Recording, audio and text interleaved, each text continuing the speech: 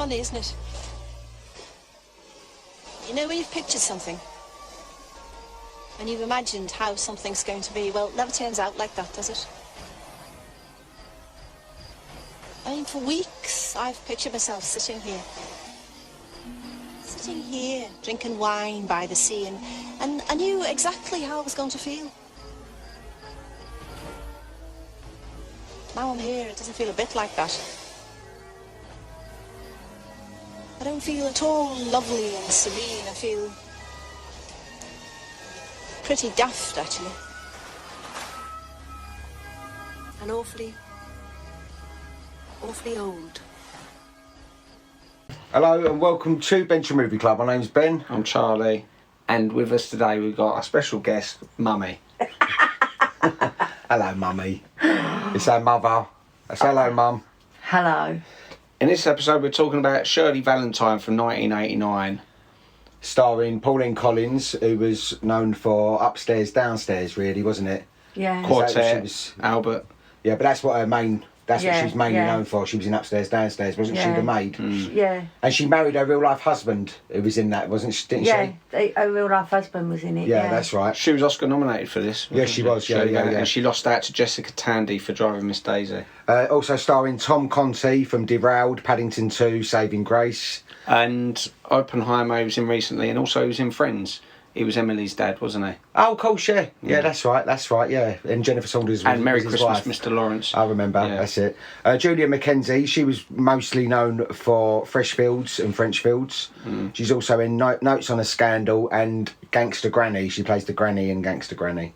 She plays Gillian. Jane is played by Alison Steadman, who's most known for Mike Leigh's Abigail's Party and Nuts in May. She's also known for Gavin and Stacey. She plays Pam in Gavin and Stacey. She was in Pride and Prejudice as well. Yeah, The series. she's a fantastic actress, Alison Steadman. Marjorie Majors is played by Joanna Lumley from Absolutely Fabulous. Patsy from Absolutely Fabulous. Wolf of Wall Street.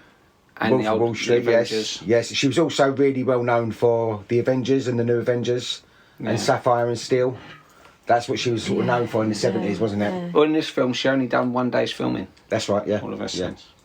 Dougie is played by George Costigan from Calendar Girls, but mainly known for Rita Sue and Bob 2. He plays Bob. Yeah. Anna Keaveney, she's known for Vera Drake, but she also plays Tom's mum in Gimme Gimme Gimme. She was also in Doc Martin, Ali G in the House. She sadly died of lung cancer in 2004, aged 55. Oh, she dead, is she? I didn't know she was dead. 20 years ago. She was in Gimme Gimme Gimme. How long ago was Gimme Gimme Gimme then? Oh, 90s, wasn't it? Well, Doc Martin as well. Oh, so she can't have died much longer after Gimme Gimme Gimme, because I think that was late 90s. Well, Doc Martin's not been going that long, has It's it? in 2000s, Doc Martin. I don't know, I Oh, didn't is watch Doc Martin. Oh, yeah, it started in the 2000s. There's also Bernard Hill, who plays Shirley's husband Joe. He's in Titanic, Lord of the Rings. Well, he's in Cut Fury of the Lord of the Rings. Yeah, and Gothica. yeah, so he's done quite well. Yeah. It's also got Sylvia Sims, who plays the headmistress. She was in The Queen, Woman in the Dressing Gown, and What a Girl Wants. She died of natural causes 27th of January this year, aged 89. Tracy Bennett, who I think she was the daughter in this. She was her... Oh, she was well known for Coronation Street. Sharon Gaskell in Sharon Coronation from Street. Coronation. She was Rita Fairclough's. Oh, yeah. You know, like sort of stepdaughter. You watched Shirley Valentine, didn't you? She was also in Candy Cabs. Yeah, I think that's what she's probably mostly known for was Coronation Street. Yeah. Yeah. Yeah, so this film was done in 1989. It's basically about a woman who sort of just has enough and just goes on holiday to Greece and sort of finds herself again after being sort of just going through the motions but downtrodden. Finds a Greek waiter as well. I love this film because I think it's so well worded. The writing in this film is really, really well done. Like, you know, it's quite relatable to a lot of people. You know, people that just letting chances go by, just sitting there, just going through the motions, really. What did you think of it anyway, Charles? You'd never seen it before, had you? I thought it was disgusting. It was old people getting their bits out and stuff. She's only like your age in real life. She's younger younger. than me. She's younger than me. him. He's Oh, Yeah, she's supposed to be 15, 42. yes. She's supposed to be 42 in this. Yeah, but she's played. And she was she's actually really 48. I'm Yeah. 49. So what did you think of it was. Yeah, I liked it. It was good. What do you think it? So what did you take from the film then? I think it was a good tone. It was a good level because obviously it deals with serious matters in a way. Yeah. You know, because people get really desperately sad sometimes when they think I'm in a rut now. This is my lot for the rest of my life. I'm 42 and I thought I was going to be this and like and this is what I've turned into. Her husband's sort of he's probably feeling exactly the same, but he's sort of taking it out on her. They're taking it out on each other. I think it happens to so many people. Because he's not that bad, really. No, I hadn't seen the film, but I knew that she had an abusive husband. I don't think he's really abusive until that last bit when he pushes the food on her. Yeah. Because up until that bit, you can see he's working all day. Where's the bloody? And she's sitting there talking to the wall. Yeah. And he's like, you're going mad. Yeah. Which makes me think that this film reminds me of Deadpool. I haven't seen Deadpool. Deadpool's that Marvel film where he breaks the fourth wall. He constantly talks at the fourth wall. Yeah. Or like in Ferris Bueller's Day Off. It works in this. I think it works because there's certain dialogue you wouldn't get past if it wasn't. And another film. If she wasn't doing that. Yeah, and another film that does that is Alfie. That's right. Which was directed by the same guy who directed this, Lewis Gilbert. Lewis Gilbert. Who wrote this? Willy Russell, yeah. That's right. Who also wrote Educating Rita, right, which was also directed by Lewis Gilbert. Yeah. So I've done my research. Good. Yeah, no, I think it's just a really good film. It's really interesting because it basically when it does the flashbacks to her as a kid. Also, did you know? I remember watching it with Nanny once. The same thing happened to Nanny in school. What happens to Shirley Valentine when she's sitting there? She knows the question. She knows the answer to this question. Very well, Shirley. You might as well get it wrong along with everybody else. What was man's most important invention? Miss, it was the wheel. Miss, it was the wheel. Man's most important invention was... Somebody must have told you. Well, how the bleeding hell else could have learned it? Be quiet. But miss, it's not fair. Miss Lloyd the hymn. I had a similar thing happen to me. Did you? Yeah. What was yours then? I always used to get 20 out of 20 for the mental arithmetic, and the maths teacher always used to dismiss me, and then he'd say, who told you? And I'd say, well, I'm the only one who got that one correct. So no one else got 20 out of 20. Yeah. And then it'd be like, don't be funny and all this. Well, maybe Willy Russell, where's he from? I don't know. Because maybe he heard Nan telling the story, or either Mum telling her, well, it's probably Nan's But that's what I'm saying. I know when I watched it, Nan goes, that exact same thing happened to me. And in the end, he went, who told you? Someone must have told you. She went, well, of course someone told me, otherwise I wouldn't have known it. But... yeah, no, but I think it's really interesting, this film, because you sort of see her as a youngster, relationship with Marjorie Majors, who's this like head prefect kind of girl that she thinks has got all straight A's. Yeah. Then she bumps into her years later, and she's like a high-end prostitute. And she's like, you know, she's sort of like, and they become friends after. Which I didn't understand when she said that. Her maid then starts pouring the drink on the food. Yeah. I think, well, surely she ain't shocked. Yeah. Surely she knows that. It's not the first. She's quick to tell him, "Oh, I am a prostitute." Yeah. So it's not like she keeps it as a secret. That's it. Yeah, she's a hooker. Yeah. But I like that story because of when they was younger, and it's like she was always horrible to her because she wanted to be like her, and she wanted to be like her. They would have been good friends, kind of thing. I like the flashbacks going back to sort of seeing what their life was like, and then basically just going through the motions, just coming home, doing the dinner, going to bed, doing the dinner. Going shopping, it's all that, and I think a lot of people get stuck in that rut, and that's why I think it's really, a lot of people can empathise with this. Do you think the right word, empathise with it? Yeah. Do you think it had to sort of turn into Emmanuel though, with the old people doing it on the boat? They're not old though, are they? They're only your sort of age. Not my age. Well, not much. She's your age. She's supposed to be your age. She's supposed to be, but she's not. It's like you playing a 42-year-old. Yeah, people will go, yeah, all right. Yeah, he's 42. I can play 42. Yeah. You know whose favourite film this is? Yeah, Queen Elizabeth II. Do you know? No, I didn't. Yeah, it's Queen Elizabeth II's favourite film. Oh, really? Yeah. Oh. Yeah. I wouldn't have thought that. No. You wouldn't have thought this was doing right. Obviously, she looks at it and she thinks, oh, I'd like to do that. Well, probably, I mean, people can go, oh, she's had like a privileged life, but basically, she's had to sort of toe the line Yeah. since she became queen. But for her to say it was her she favourite probably film, I thought thinks that's of- quite... And also, it talks well of Greece as well. Yeah, yeah. Also, Pauline Collins played this part on stage in 1988 before the film was made. So she actually... Do you know what stage? It was in the West End. And Go on. and Broadway. Oh, Broadway as well. She won. Did she play it in Broadway? She won awards on Broadway. Oh, did she? Okay, I didn't know that. Now this you wouldn't have thought would have transitioned as well to America. But then, no, exactly. That's what I'm saying. But I think the story is the same story no matter where you go, because there's people in relationships that they started off all They just fantastic drifted in. and they've just drifted apart and they've just going through the motions. Well, and I obviously think that's what I love about this film, is because it magnifies that, and you sort of look and you go, some people don't even realise they're going through the motions until they might have looked at this film. Because I know a lot of people, when they see this film, suddenly upped and went to Greece and left their marriages and that's stuff. what I said this morning, didn't I?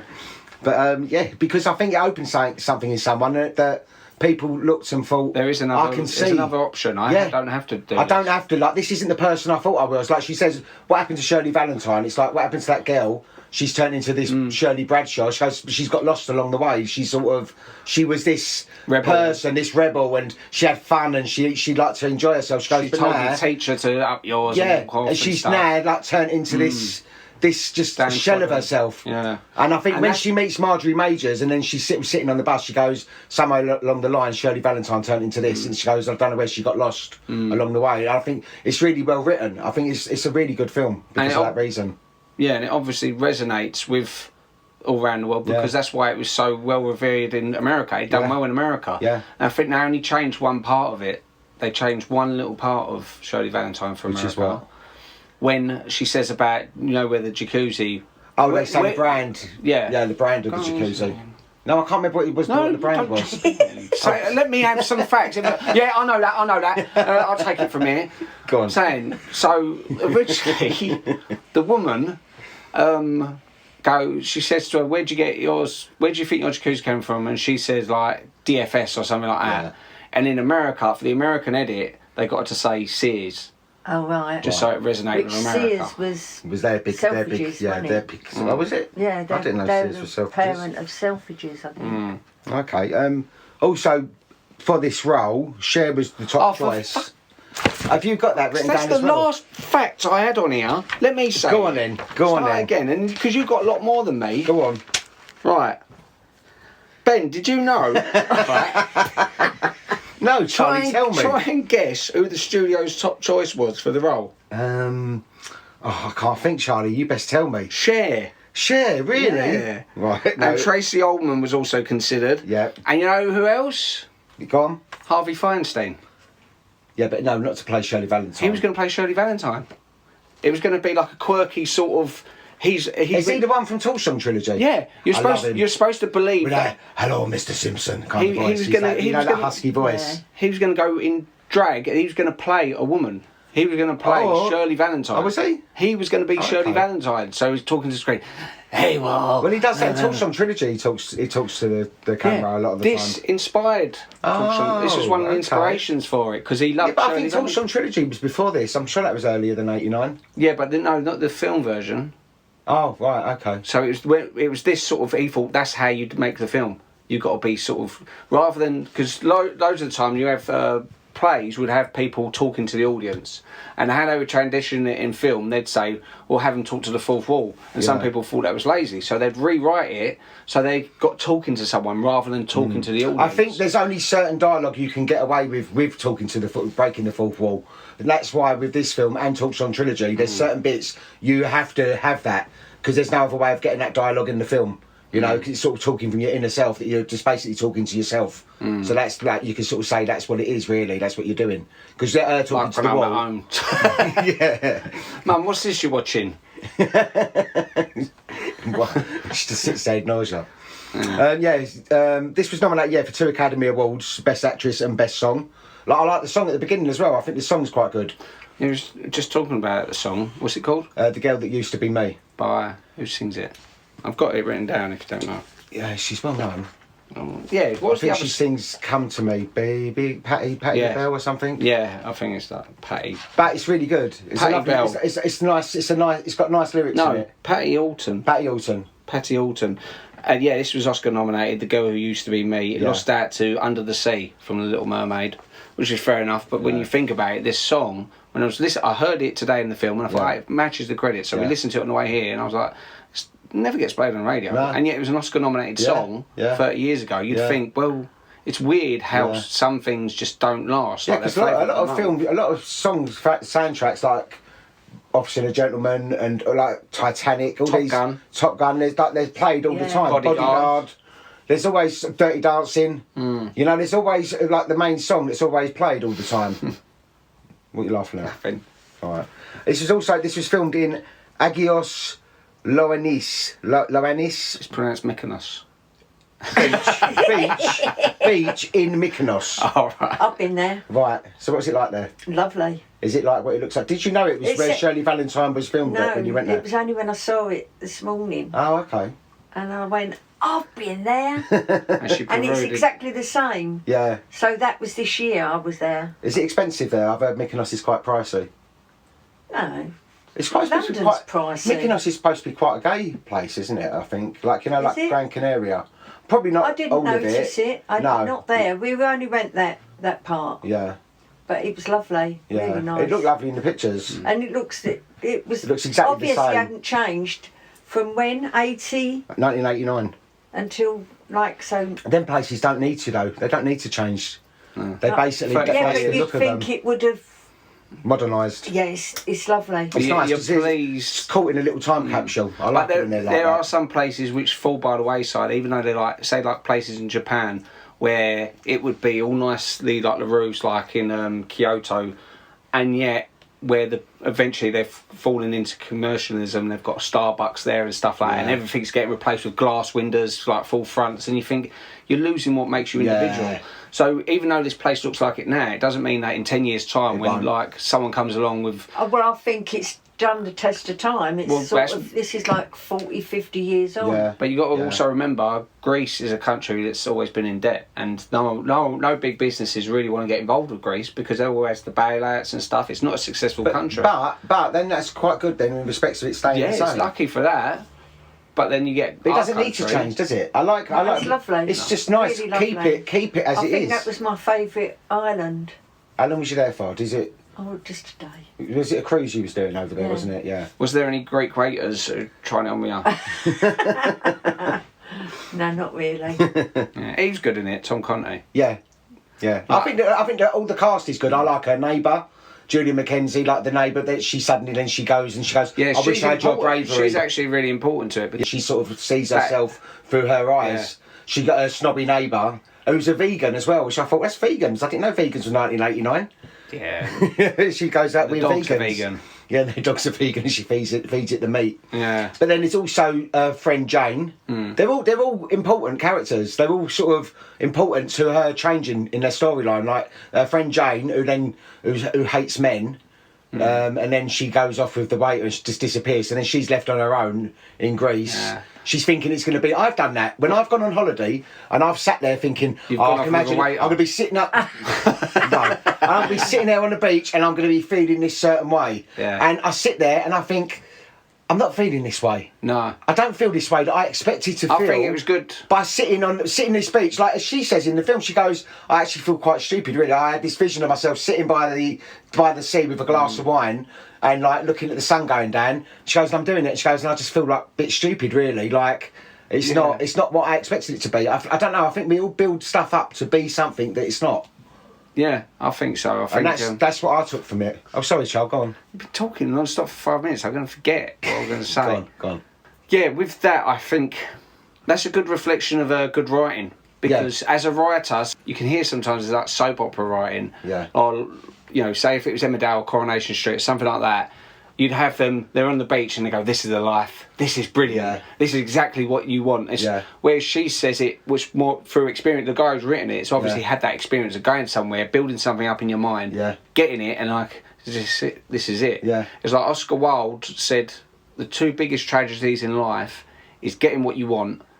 Sorry, it's not getting what you want and getting what you want. Yeah, because it's never what you expect. Because, you're getting, you're like, I thought You sit and you go, this was going to "Is solve this it?" everything. Yeah. But what Have you done that though? Have you been away and you thought, I'm going to feel this certain way when I go away? You always feel that certain way? No. And the reason being, because I was interested in psychology at a young age, where I studied psychology, and it's something which is important to humans, is to have a void in you. You're always supposed to have a hole in you which can never be filled, because that's what gets you up each day. That's what makes you go for the next holiday, work harder. It's important, and you have to realise you could win the lottery tomorrow. You could have absolutely everything. You'll be happy for a few weeks, and then you'll be like, I need more. I need something else. And when you realise nothing's going to be good enough, then you enjoy things more. Time is fleeting, so you arrive in Mexico, think, I'm only here for a couple of weeks, don't care if like Ben Adams like miserable. So we've been here for a week already. Go, well, I ain't. You just enjoy each day, and when things go wrong, you think, well, that's all the wrong for today, and then keep moving forward. And always, it's nothing wrong with being disappointed. No. Because it's important for you to move forward as a human being. Do you ever feel like that, Mum? Like, if you ever go away, do you ever feel disappointed? Do you ever feel disappointed with any of your children? Yeah, you. Yeah. Like if Like the Have you hype. ever hyped something and I up and you've gone there and you've gone, this isn't what I I imagined? can't think. Because Maybe. you've got a better social life. I always say to people, you've got a better social life than all your 4 kids put together. You've travelled the world. You've been and the everywhere. 7 seas. Yeah. And you still, and there's no stopping you still. You're still doing That's it. not the line. Right. Everybody's looking for something. Oh. But okay. Well, what's one holiday you've done where you've just been disappointed? You thought You never liked Spain, have you? Well, she lived there. She done a Shirley Valentine, didn't she? She moved out to but she Spain. didn't like Spain. Left her kids to fend for themselves. We weren't kids, was we? Mummy! We weren't kids. Where's Mummy? I mean, don't know, Rosie was George. youngest. Wasn't she was 17. She was 17, Rosie, wasn't she? So we weren't kids. No, I know. But, yeah, holiday though. Purely as a holiday. You think, oh, I'm going on holiday here, and you come back and think, I wish I'd stayed at home. You've never had that? No. Well, And that's what's good. your best holidays? Is it with all your family? Oh, That's I your love best. those. Yeah. Especially But these. I like the way you went, oh yeah, but I don't She's think about that's to your say, best ones. oh, Peru. Yeah. So my yeah. best holiday was there. No, outside of families, holidays where you've gone without your family. Peru, Australia, India. You loved India, didn't you? Yeah. I still think the only place you've actually visited a few times. You don't like to go back to the same place again and again, do you? Well, there's too She's many not other allowed. places to see. They usually kick her out, and that's it. No, there's too many places to see. And you're also one of them people that they say, don't go down that street there because that's dodgy, and you will go walking down that street. She'll go, I want to see why it's dodgy. Yeah. Which is like, well, they've told you not to go down there for a certain reason. Well, I want to see what's down there. Don't I learn all that. Yeah. You see Shirley Valentine on stage? Yeah. When was that? A couple of weeks ago? No, this year. In the summer. Yeah, so a couple of months ago. We've then. it was Sheridan Smith. yeah, on our own. Yeah, you said it was really good. Really good, yeah. How did she do the whole thing on her own On then? her own. First part is in her kitchen Yeah, and she actually cooks egg and chips on stage. yeah. The second half is on the beach. And she's talking It's like a bit hard to do with just one person then. You kind of yeah, cut a lot of you stuff think out. that's a couple of hours. Yeah, And you've but not also got to tell anyone the story. Obviously, it was maybe it's the same story that it was in might be Broadway. yeah. It might have just been a one-woman Because show. it would have been talking to the Yeah. audience, and there are loads of plays that do that when they look, even Shakespeare plays, when they're talking to the audience Yeah. and they go, doth I go Greece, blah, blah, But blah. how has she got rid of? I mean, at the end of the day, there's lots of characters in this that are important to the storyline. So how Maybe has she just regales the story. She Yeah. goes, well, I just see her. Because she does that in the film, didn't she? I bumped into so-and-so and Yeah. she said, I envied you too. I reckon it probably might have started out as a Yeah. one-person play. Yeah. And how they've done it for the film, they think, It's just we've so- got to actually show these people now. So Yeah. they show her friends. So this It's makes important. sense. I like the fact that you see all her friends because I think they're all important. Yeah, but what the thing is, their importance, they don't have to be there to make it. Because like when the play, well, I imagine how the second half starts. She's sitting on the beach. She goes, "Oh, she's gone off with Yeah, some bloke," yeah, kind of thing. yeah. And she very. But it was good. Yeah, she held yeah, it she's basically. brilliant. I don't- She's a good actress, actually, Yeah. Sheridan Smith. She peeled the potato, she chipped it, she had the oil. She was more impressed with her cooking. But cooking on stage Yeah. while you're talking Yeah. and cooking the chips, and Yeah. we were in a box and we could see there was actual, Yeah, like, they could have just had prop yeah. food. She's actually cooking it. How old is Sheridan? She's got to be about their age. About your now, age, I isn't think. She's born my birthday. What But year? she's not as old as me. No, she's 25th, so she's 25th of June as well. Oh, okay. She's There's probably. quite a lot of good So she's people for probably about- 25th of June. George Michael, Carly Simon, So she's probably just turned 42, which is the age of Shirley Valentine. So she's back your age. So she's the age that she's supposed to be. Yeah. So if they remade it, they could use her. Yeah, I think it's a really good film though. I loved it. I mean, so you didn't. Was it better than you expected it to be? Yeah, it was weird that because I know Tom Conti was in it, Yeah. and it took like an hour before he comes into it. Yeah, it's almost like a whole. Well, I think it's more than an hour. And also the husband I was expecting to be a lot more abusive, and I think the amount of abusive that he is just about right. I don't mean that it's justified. No. I'm saying for what she does. Yeah. Because where she sleeps with another bloke, if he'd done less, if he was just like, oh, I'm bored as well, and she went off and slept with some bloke, I think that's out of order. Yeah. The fact when he chucked the food on her, I thought, no, now he owes her one. You know, she can get away with one little indiscretion. Yeah. That's right, Melandra. I'm going to Greece for the sex. Sex for breakfast, sex for dinner, sex for tea, and sex for supper. Sounds like a marvellous diet, love. It is. Have you never heard of it? It's called the F plan. So then when he comes back... She slept with a Greek woman. Yeah. And then he knows about it as well. So you know it's not going to be a shock that comes later and goes, look, I know about that. He's talking on the phone saying, you know, it's midlife crisis, blah, blah. So he'll be able to get past that. But now when they meet at the end... to meet her. Yeah. Because what did you ask me this morning when it finished? Oh, how do you think it ended? Do you think she ends up going back to England? No, I think she stays there, but I think he probably moves don't. back. What would you say it ends up? Go on, say what you... I would have thought, because she gets him to come there, he's in love with her still, so she's going to sort of see... He doesn't recognise her. He goes, I actually didn't recognise her, I walked straight past her, and so he sees the difference in her. He last see her as the dowdy housewife, and then she's now looking just like normal. She's just looking back to her. Back to herself. So then what do you think is going to happen? Well, I think as though it looks as though they stay together. I don't know where they'd be moved. I don't think she'd move back to England. Well, I thought she'd move back to England, but they'd have more... A good life again. More of a level pegging, that's what I said. I think... Oh, maybe that, yeah, that's what's happened is he was realistic. obviously coming home, taking her for granted. There was a little bit of banter between them, which is fine, but then it deliberately shows you when they was getting on there, flicking paint at each other and stuff like that, taking baths together. So you know he's a decent person at heart. So I think... where she doesn't go flying back straight away, he has to go out there, and his son's saying, you've got to go out there. Yeah. All this is important to his character development, so when he turns up, he doesn't turn up like swagging down the street all like some ripped shirt, he's dressed in a suit. So it's almost like, I know you said people used to dress in suits to get on planes, but I think that's more to do with him going there to win her back, making the effort. Yeah. And he walks past her and goes, I didn't recognise her. Yeah. She looks, and how do you see her hair is all straight. It's like when she was a little younger, when she was a schoolgirl. Yeah. And she does look better. And then she looks just like relaxed. And then she invites him to a drink. Yeah. Would you like to come have a drink? Yeah. Which again is another important thing. Yeah. Because if he just invites himself, sits down having a drink, you think he's dominant again. Yeah. What's that showing is now they're equal. Yeah. So now they've re-established their equilibrium, because even the paint fight, they flick each other the same amount of times. Yeah. So they're equal. Yeah.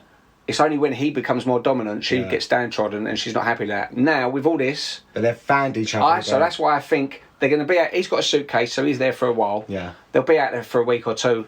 They'll reconcile, go back to England, and they'll be happier. Their kids are back there and all that, and their life, their home and all that, I suppose. They're now going to be how they were before they had kids, because the kids sort of trod them down a bit. Yeah.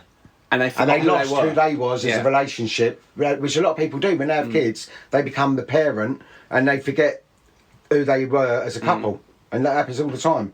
So then when the kids leave, they realise, hang on a minute, we don't even like each other. No. Or we've lost what we like about each other. You've also had to put up with like 15, 20 years of this person loving other people more than you, because they're loving the kids as they should. Yeah. So you're thinking, you used to love me that way, now you love the kids. Yeah. You know? Yeah, well, I'm glad you liked it. It's a good film. I've really enjoyed it. Oh, you didn't like it? No, I did like it. You didn't like it? No, I thought you would. I did like I think the thing is, you're about like good storyline, and I think it's really well written. Characters, good characters. Yeah, and it's well cast. All the characters dialogue are cast. I always like when you hear about these facts about these big names pursuing a particular role, and despite that, the studio not caving in and go, no, she's earned the role because she's done it. She was virtually unknown. Yeah, and as I say, she was only known for from upstairs downstairs, but she's perfect for this role. She plays this role perfectly. Yeah. And I think maybe because she had done it on stage for so many times, like with Frankenfurter, Rocky Horror Show, he'd done that on stage so many times before, so he played that character perfectly. And with Frankenfurter, which obviously Tim Curry's first ever film performance, yeah, you know who wanted that role? Mick Jagger. And you got to think, mid-70s, you're struggling, I'm making a film for 10 grand, all of a sudden Mick Jagger comes up and goes, I'll be the lead in this. Yeah. You go, yeah, that's going to make it. That's going to make the film. People are going to go, yeah, Mick Jagger, instead of No Name, but they've stuck with him because they knew how good he was. Yeah. And this is what they've done in Shirley Valentine. They've stuck with her. They could have had Cher, and they would have guaranteed selling tickets. But no, they're stuck with Pauline Collins. Yeah. Yeah. Oh, well, I'm glad you liked it. And you like this film as well, Mum. Pauline Collins. It's a good film. Yeah, okay. Well, I'm glad you liked it then, Charles. I think that's basically everything we've got to talk about with it. Yeah. Yeah, I like this film, obviously, because I made you watch it, so... What's the budget? The budget, oh, yes, sorry. IMDb, it was 7.2. Okay. Rotten Tomatoes, critics give it 72%, and the audience give it 86%, so it's not bad. That's good. The budget, I couldn't find what the actual budget was. It's probably about... Couple of mil at most. At most, but it made 38 million. So it would have been a profit anyway. Yeah, it's definitely a profit, but it's this kind of budget, like the filming of it, you know, it ain't going to cost more than, definitely, I'd say maybe 1.5 mil, maybe a couple of mil, I don't know. 89 as well, but it's definitely made its money back. Yeah. But yeah, no, it's a really good film. Yeah, so that's Shirley Valentine from 1989. So, what is your film for next week then, Charlie? Well, next week is December. So throughout December, I thought, like how we did with October, we can pick a Christmas film each week. Right, okay. And we're also going to do our top 10 Christmas films, which I thought we could release on Sunday, this Sunday, on the 3rd of December. Okay. And throughout December, we're going to release a podcast every Sunday. Okay. So this way it also matches up with the dates, because that means we can release one Christmas Eve and we can release one New Year's Eve. Right, okay. Okay. I'm up for that. So what is your film, your first week Christmas film then, Charles? Batman Returns. That's not a Christmas film. It is a Christmas film. How's that a Christmas film? It's not, it's just rubbish. It's a Christmas film. How is that a Christmas film? It's rubbish. It's a Christmas film. What's the? It's a good film. It's a brilliant film, but it's not Christmas. It is Christmas, 100%. It's more Christmas than Home Alone. So do you agree with Her that? face. There's more Christmas trees in Batman Returns than there is in Home Alone. I don't care. Right, You're going to walk out now. Your Christmas one for next week is Batman Returns. Batman Returns, yeah. Right, don't. Have a proper Christmas. There's tons of proper Christmas. It is, well, you'll find out in my top 10 Christmas films.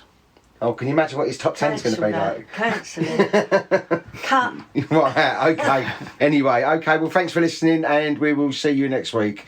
Thank you, bye-bye. Bye-bye. Bye. Goodbye, Shirley. Goodbye, Shirley Valentine.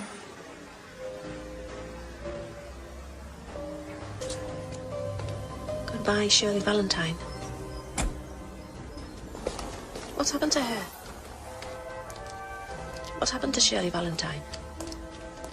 She got married to a boy called Joe. And even though her name was changed to Bradshaw, she was still Shirley Valentine for a while. She knew who she was. But somewhere along the way, the boy called Joe turned into him. And Shirley Valentine turned into this. And what I can't remember is the day, or the week, or the month, or when it happened. When it stopped being good. When Shirley Valentine disappeared and became just another name on the missing persons list.